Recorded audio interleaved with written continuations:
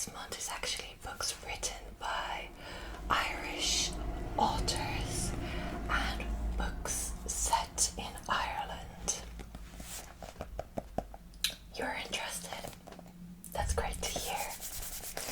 Yeah, I have actually all the books that were picked for the book club here at the front desk. I can show you. Yeah, of course. I'll show you now. Let's hold on. I'll put away this one. Is there any particular books, like genre, themes, fast-paced, slow-paced type of books you like? Okay. I'll show you a wide range of them, and I'll tell you what type of book they're like, so you can know if you'd be interested or not. Okay, let's start with this book.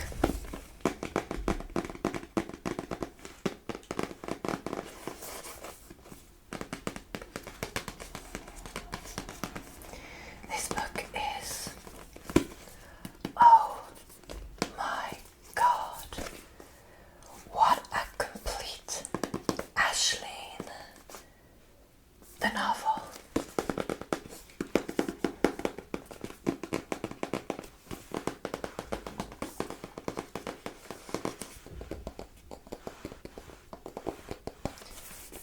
So again, this is a second-hand bookstore. So all of these books were previously owned and previously loved. So some of them are in varying conditions. They're all, of course, in pretty good condition, all fully able to read them. There's no pages destroyed or anything. But, you know, some of them are a little bit worn. This one is in very good condition overall, as you can see. Good condition. Spine is not even broken. Spine is not broken.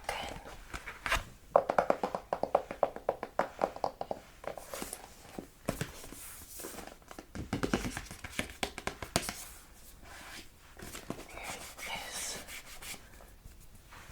the pages. There's a little bit of dust gathered, but nothing major. You just push them right off. And the only thing really is some fraying at the edges, like here. A little bit of fraying at the edge. And up here, a little bit of fraying at the edge. Again, nothing major. It's a pretty good condition. Yeah, okay, so about the book. Beautiful art. I love the front. It gives you a real sense of the tone of the book, like very fun writing, right? Bold. And this book is by Emer McLysott. I'm not sure about the last name. Emer McLysott. Sorry if that is the wrong pronunciation. Maybe you know. No, we'll just say that. And Sarah Breen, the two authors, Emer and Sarah. We have a small description at the front. Just a small town girl living in a notions world. Okay, so this is very Irish, very Irish culture. It's set in modern day Ireland. I have actually read this book, so I know it. It's set in modern day Ireland, and it's very centered on Irish culture. The language used, the stuff happening in the book. Really, you know, if you're Irish, you know this is what life in Ireland is like. This is the language we use. This is our culture.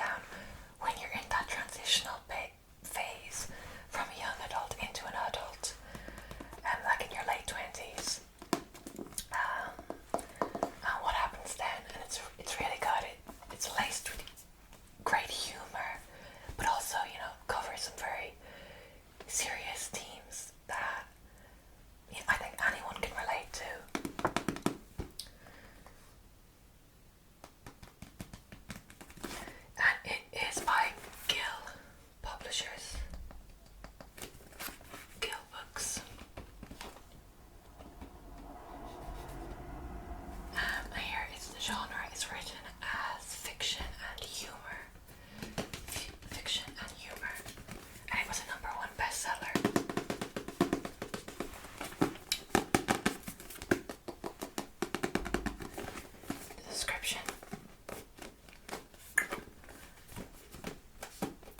Aisling is 28 and she is a complete Aisling. So the idea of this book, what a complete Aisling, and she is a complete Aisling, it's kind of playing on the name Aisling. You know, there's certain connotations to certain names, like the name Karen. There's certain connotations to you being a person who complains a lot. In Ireland, these authors push the idea that the name Aisling is like the stereotypical girl. I think in every country we have, you know, the idea of what the stereotypical girl is, and lots of stereotypes attached to that, and they're not really unique in any way. They're just like, you know, they want what everyone else wants type of thing. That is what this is suggesting. She doesn't know who she is. She's just an Aisling, and then she has to figure out who she is as a unique individual person. Living down home with Mammy and Daddy, she commutes to her good pensionable job in Dublin and stays 2 nights a week with her boyfriend of 7 years, John. But Aisling wants more. She wants the ring on her finger. She wants the hen and the willy straws. She wants the grand big house with the utility room of her dreams. When a week in Tenerife doesn't result in a proposal, Aisling decides she had enough. It's time for a change. A new start, a love triangle, well, more of a square, and some home truths force Aisling out of her comfort zone and into a life she never imagined.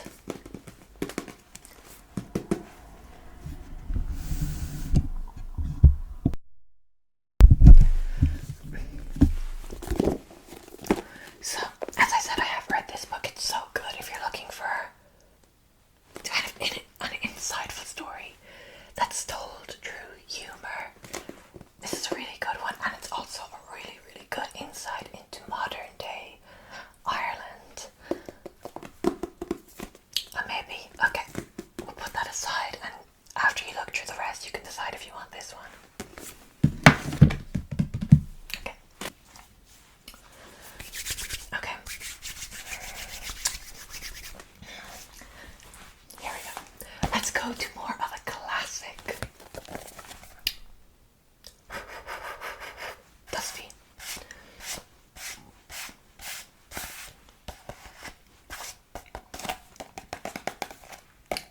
This is a classic Irish novel, Dubliners.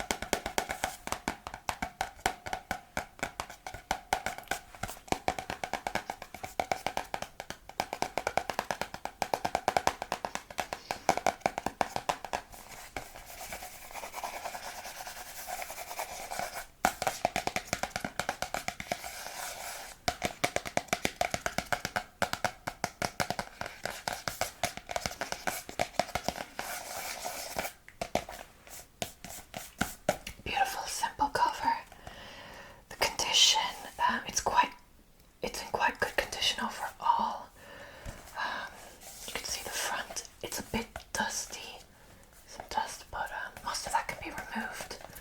Nothing serious. Again, the edges are a little bit frayed, but nothing serious. Dust. The main problem is just the dust that's gathered and accumulated, but you know, it's just been sitting around for a long time in someone's home. The spine is in pretty much perfect condition.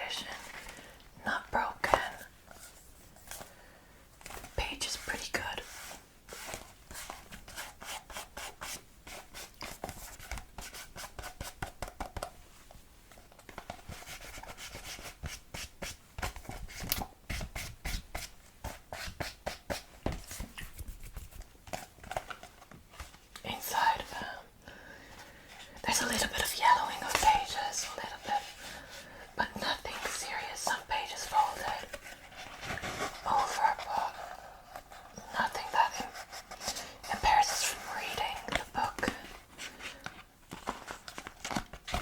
It's all fine. Oh, there we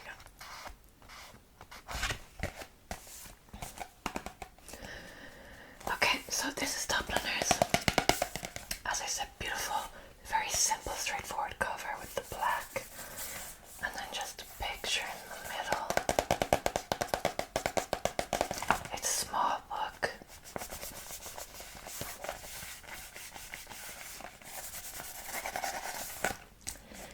And this is by the well-known author James Joyce. And this is a very famous work of James Joyce. Of course, most of us know James Joyce by his magnum opus, Ulysses, which is famous for being very difficult to read. But this is one of his more manageable masterpieces, Dubliners, which is a collection of short stories based on numerous people living in Dublin in the early 1900s. I'm pretty sure in the early 1900s, from all kind of backgrounds, and it's kind of like an insight into the times, and it touches on lots of social issues, political issues, and gives you a real insight into Ireland and Dublin at this period of time in the early 1900s through multiple short stories. And here we got a picture of Dublin at the time. Storefronts, people working.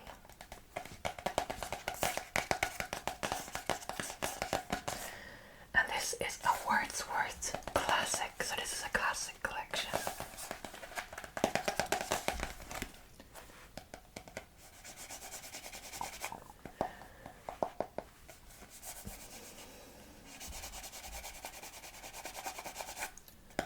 Okay.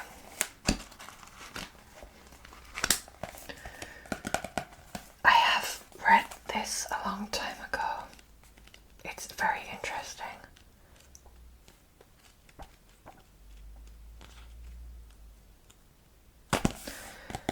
Oh, there is something to note about this book, actually. As I said, it is pre-owned, and this book actually has notes on the inside from the author. As you can see, things were underlined and written by the author. Nothing impairs us from reading it. There's just some notes along the way. At the bottom. So not all pages have notes. Some are free from notes, but others do have notes in them.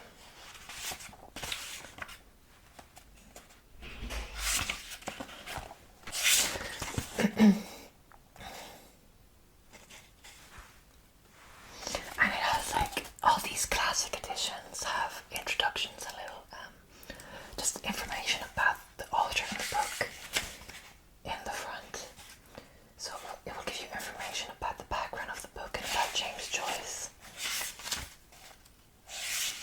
before you actually get into reading the story, which I think is great in these classic editions. So let's read a bit.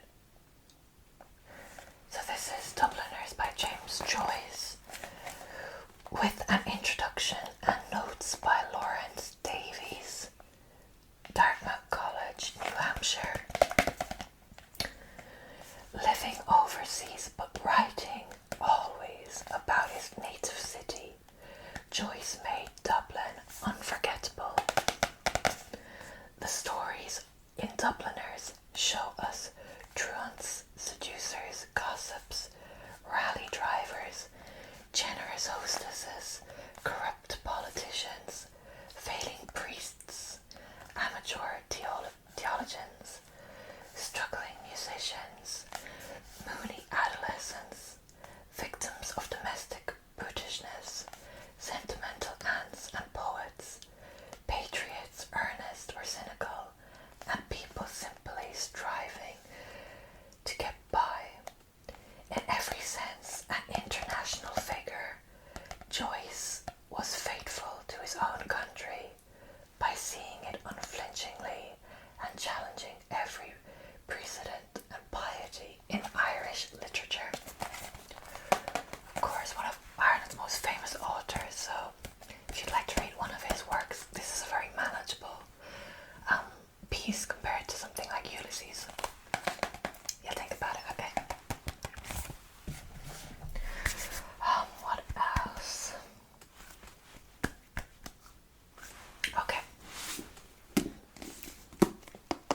This is a fun one. Dusty.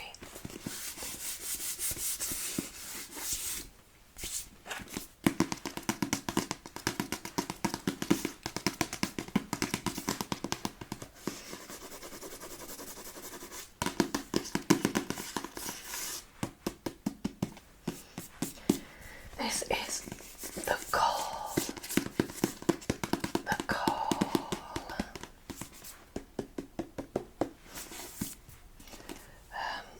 Pretty good condition, just dusty. Again, just dust. The pages are all in pretty good condition.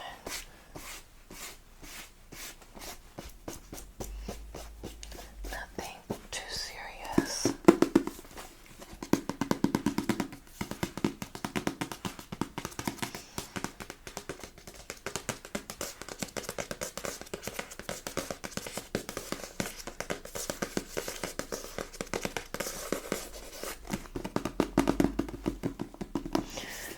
So, this one is a bit bigger,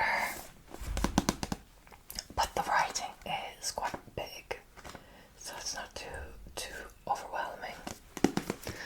Now, this is a YA book, young adult. So compared to the other two, which were adult, this is young adult, but as an adult, this book is still really, really enjoyable. I read it, loved it.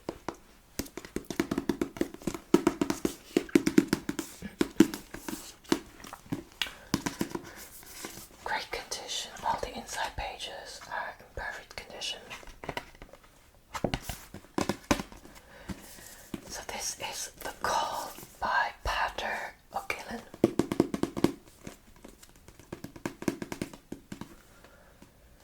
You have 3 minutes to save your life. Dun, dun, dun. So this book is actually a horror book. It is young adult, so made for kind of teenager and up. But it does actually have gore in it, quite a bit of gore. So if you don't like goriness, this might not be the book for you. It is horror. This is a very good book because it's a horror book based on Irish mythology. So if you like Irish mythology, it's really good. If you like horror, of course.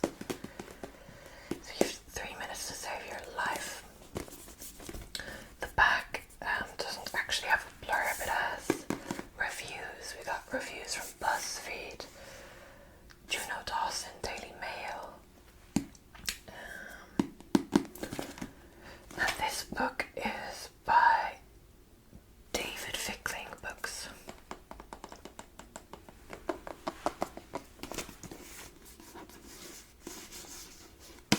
Beautiful cover. I love the cover art. There is, I think, 2 or maybe even more books in the series. I've only read the first one, but I have been meaning to read the second one because I actually really love this book. Let's see, can I get a blurb?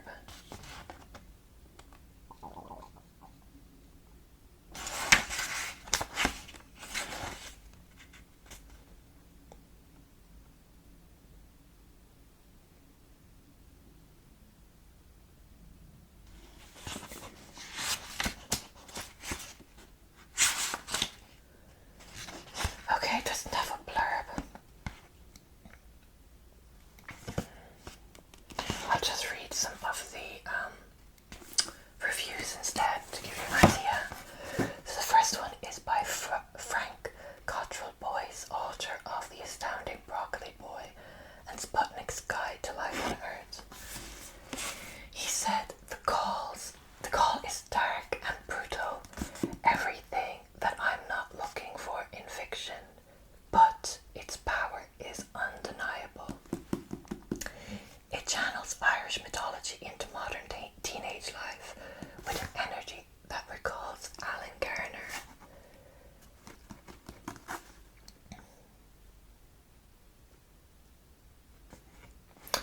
This is by The Book Bag. I loved this story. Few stories manage simultaneously lyrical and realistic, but the call achieves it with ease, fresh and interesting and powerful. It's beautifully paced, remorseless, and it's peopled with characters you can believe in. I couldn't put it down. Okay, I'll tell you what it's about, to give you an idea. This is set in future Ireland, a few years in the future, and it is a dystopian future where life as we know it in Ireland has ended. It's based on the Irish mythology of the She. If you know about that, it is the She is the Irish word for fairies. If you know anything about Irish mythology, you'll know that fairies are a very big part of our mythology in Ireland. You'll often see trees like in the middle of a field that no one cuts down, or fairy forts that no one ever removes, because it is said to be bad luck to cut down a fairy tree, which is like a lone tree in a field, or a fairy fort. And if you do, your life will be riddled with very unlucky events, because you've basically been cursed by the She if you disturb their trees or their forts, which are like the passages between their world and our world. So in modern day Ireland, people still don't cut down those trees, even if they don't believe in fairies. It's just better not do it sort of thing. Don't mess with fate, you know. So there's still a very big part of Irish culture, and this book takes place in future Ireland, where the She have returned to get revenge on the people of Ireland because they were banished back to their home world and refused to be let back into ours. So they finally made their way back, and they're getting revenge by basically killing people. And a big portion of the country has unfortunately ceased to exist because of this. And the She have taken to playing. If you know anything about fairy mythology, you know that they're very mischievous. They're kind of like the god Loki. They like to play with people. So this book really, touches on that they like to play with people. And in this, to get revenge, they take young adults, young kind of older teenagers, I think between the age of 16, or I think it's when you turn 16, on your 16th birthday, I think it's something like that, you get taken to their world, and for 24 hours, they will let you stay in their world, and they will hunt you down, and if they catch you, they will do horrible, horrible things, until you pass away. And the majority, like 99.9% of people, do not survive. They die within the first few hours of going into their world. So in this book, because everyone when they turn 16 is taken, from a young age you get sent to private schools to train in physical, it's kind of like a military. You get trained to survive from a very, very young age. So when you turn 16, you have the best chances possible to survive your 24 hours in their world. But it's even the best of the best, it's very, very rare to survive.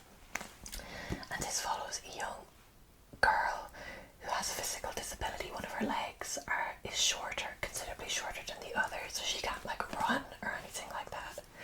So no one ever had faith that she'd ever survive. And it's about her lead up to her 16th birthday and her 16th birthday when she gets taken. And it follows some other characters in that school who are going to turn 16 as well and be taken. And you don't know who's going to survive, if anyone. But warning to you, it is very descriptive in what happens to the people who go. And the thing is, regardless of if you live or if you die, you get sent back after 24 hours. So 99.9% of the people don't survive but do get sent back mutilated. It's very descriptive of those sort of things. So if you want to read this, be aware. Okay. Let's see what else we got.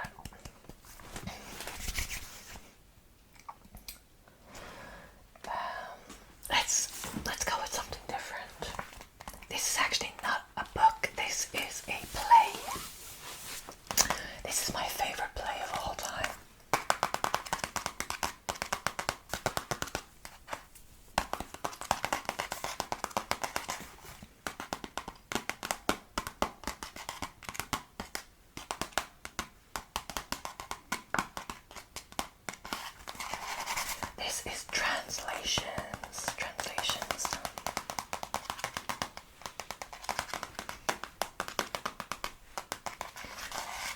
Very simple cover, but it actually says a lot if you know the plot of the book. So we just got a signpost that says Donegal and Donegal. So Donegal is Donegal in Irish, and Donegal is the English name.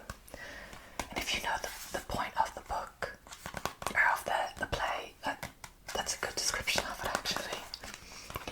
It's a really, really good book, very simple, or play, very simple, very short, but packs a punch and says a lot. This is by Brian Friel, R.I.P. Brian passed away a few years ago, but his work lives on.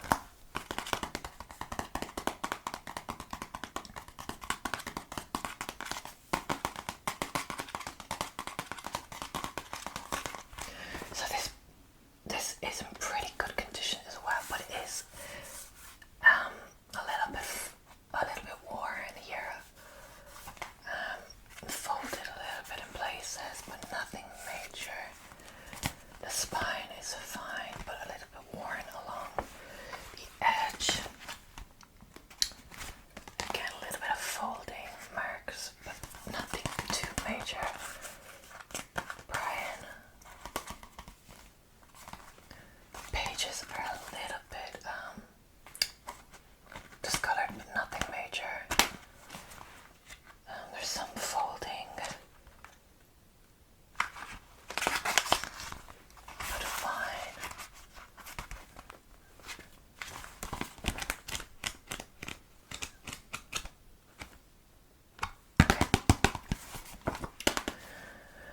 I know some people don't like to read plays. They think, why would I read a play? But I think it's actually really good when it's a good story, and this is a very good story.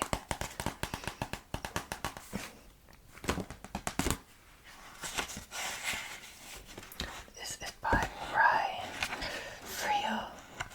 It has a little bit of description here. Brian was born in Omagh, County Tyrone, in 1929. So he has many famous plays like Philadelphia, Here I Come, Translations, Fate Healer, Making History, Dancing at Lunasa, The Home Place, and Performances. So he is a very famous playwright.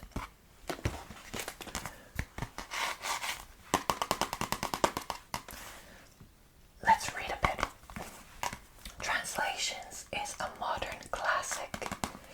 It engages the intellect as well as the heart, and achieves a profound political and philosophical resonance through the detailed examination of individual lives of particular people in a particular place and time. Oh, these are actually reviews, these two.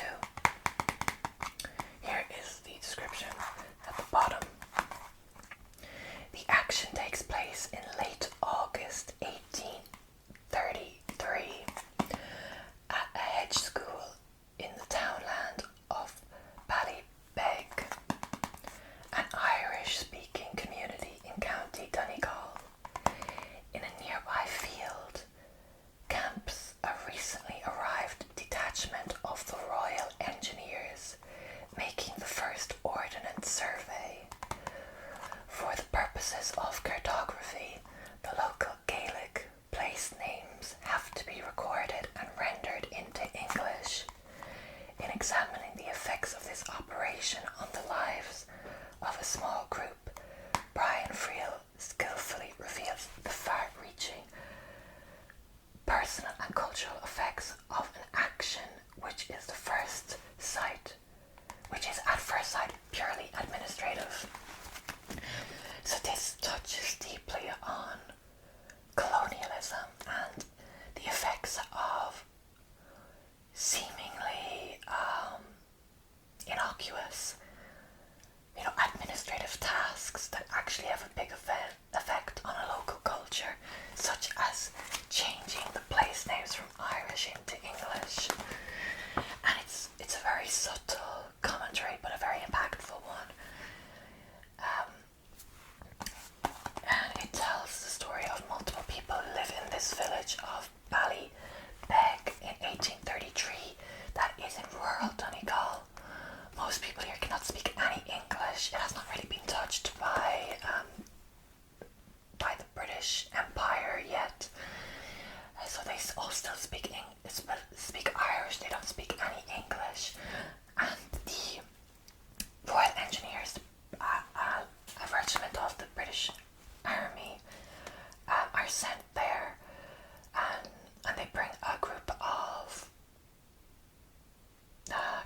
geographers and so on and so forth to make a map of Ireland.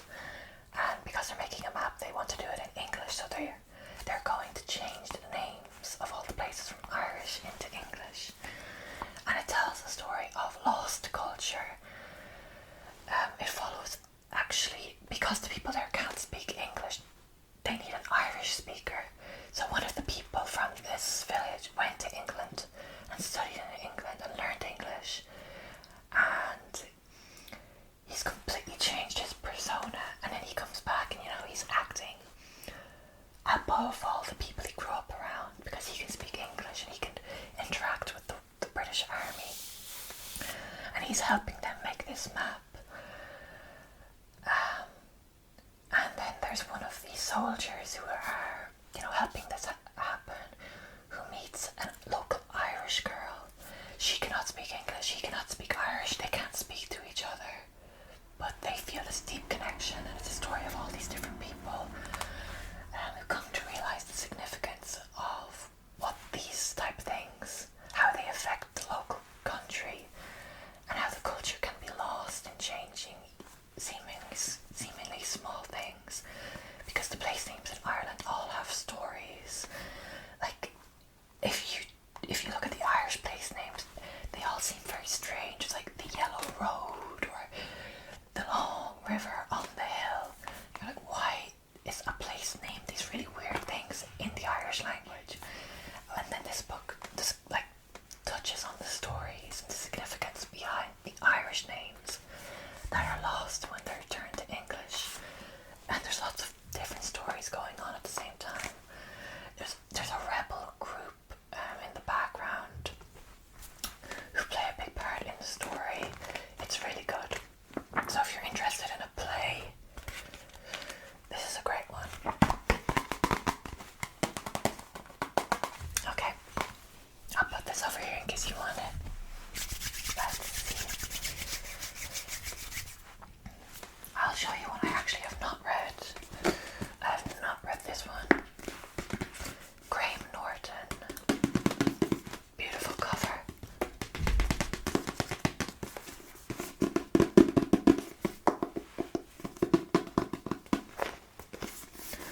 So I have not read this one. If you know Graham Norton, he's a very well-known figure. He has a British talk show, the Graham Norton Show, where he brings on celebrities and talks to them. It's like a comedy talk show. It's very funny. He's originally from Ireland, but works mainly in the UK now. Graham Norton. And he is also an author. This is one of his books. I have read one of his books, but not this one. This one is called Home Stretch. I've heard it's good, but I can't vouch for it myself. It's a Sunday Times bestseller and winner of the Unbossed Irish Popular Fiction Award.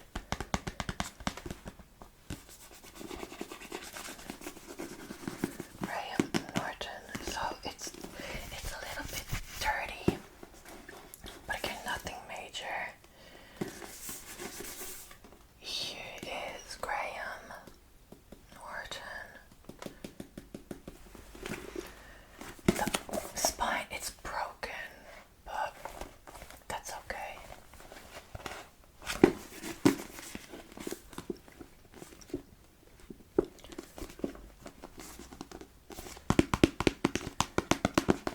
Let's see what it's about.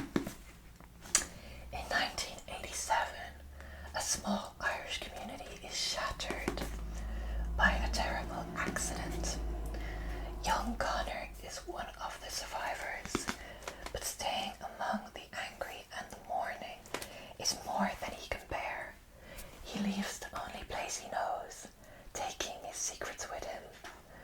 But the unspoken longings and regrets that have come to haunt those left behind will not be silenced, and before long Connor will have to confront his past. So sounds interesting. This is published by Cornet. I don't know it.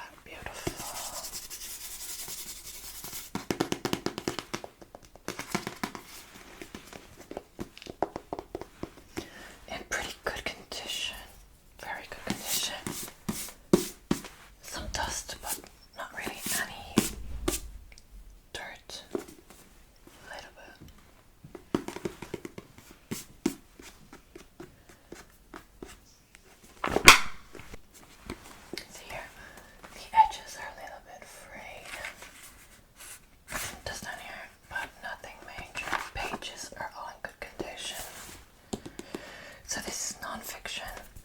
It's called Wild Irish Women, Extraordinary Lives from History by Marianne Broderick. Beautiful, beautiful artwork. And this is published by O'Brien.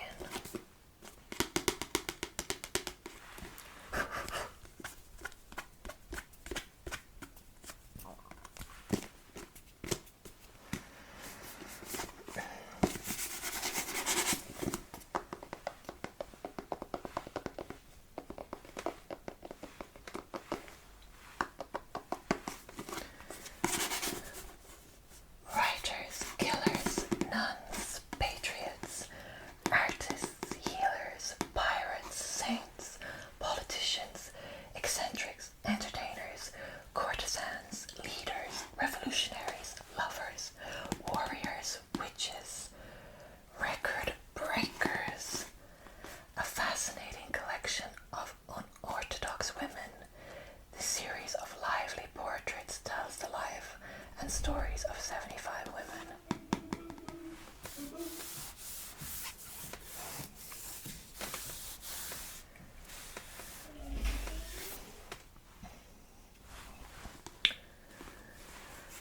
Showing that sisters have been doing it for themselves for a long, long time. So this is about famous Irish women in history, giving short descriptions of all of their lives and backgrounds. The author, Mary Broderick.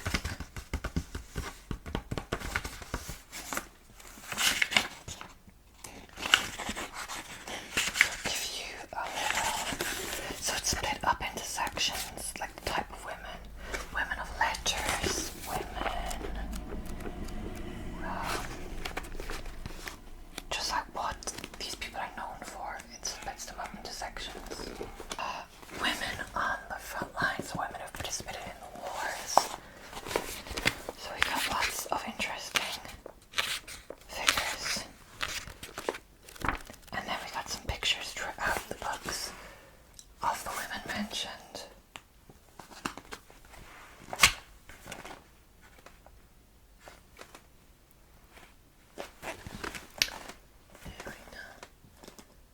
So we got lots and lots of nice pictures from different periods of history.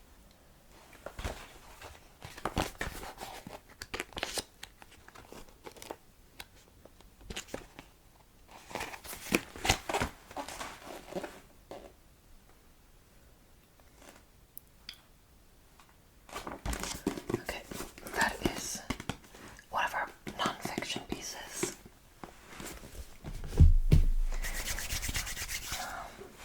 Okay, let's look at another of the classic altars. Mr. Oscar Wilde. Dusty, have you seen that?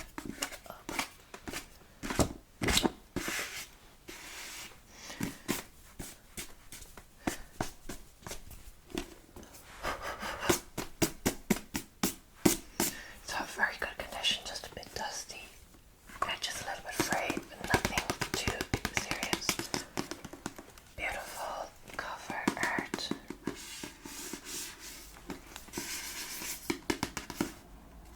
This is the plays of Oscar Wilde, so it's not a novel. It's a collection of plays by Mr. Oscar Wilde, one of Ireland's most famous playwrights, authors, literary figures. Good condition, spine is not broken. Mr. Oscar Wilde also has some of my favourite plays. The Importance of Being Earnest is one of my favourite plays. The plays of Oscar Wilde. So this is another Wordsworth classic, so it has the notes in it as well, just like Dubliners. Yeah, the first part is the notes, then it gets into the plays.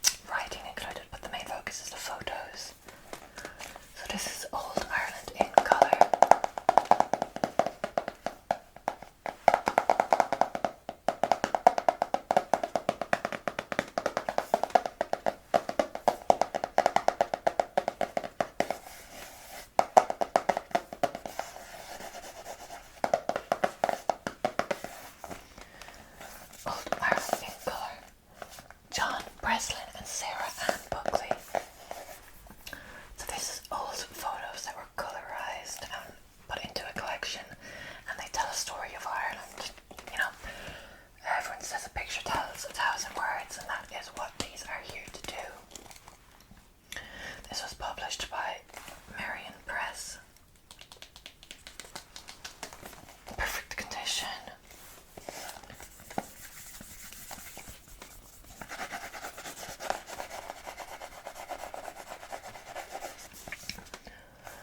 Old Ireland in Colour celebrates the rich history of Ireland and the Irish through the colour restoration of these stunning images of all walks of Irish life and the Irish abroad through the 19th and 20th centuries, encapsulating everything from the chaos of the Civil War to the simple beauty of the islands. Each image has been exquisitely transformed and every page is bursting with life. Using a combination of cutting-edge artificial intelligence technology and his own historical research, John Breslin has meticulously colorized these pictures with breathtaking attention to detail and authenticity. With over 170 photographs from all 4 provinces and accompanied by fascinating captions by historian Sarah Ann Buckley, Old Ireland in Colour revitalises scenes we thought we knew and brings our past back to life before our eyes.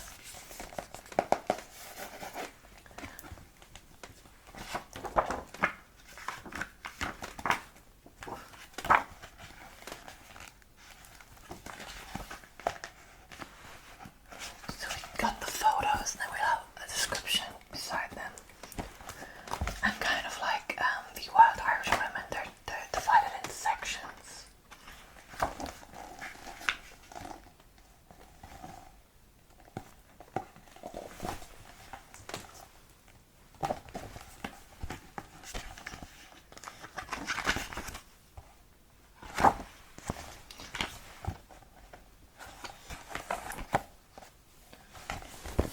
It's got lots and lots of beautiful photographs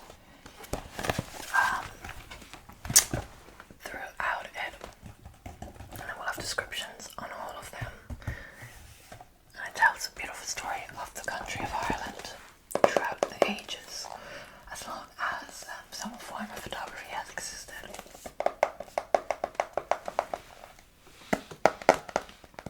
Okay, so that's all the books we're going to show today. So we got this beautiful collection of photographs.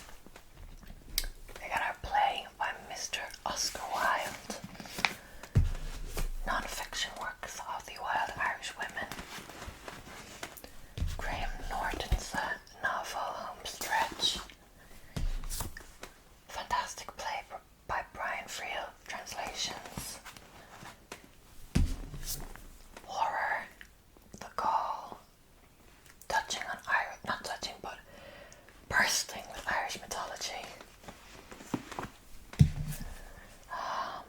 Our famous and beloved James Joyce with Dubliners, and a nice light but still impactful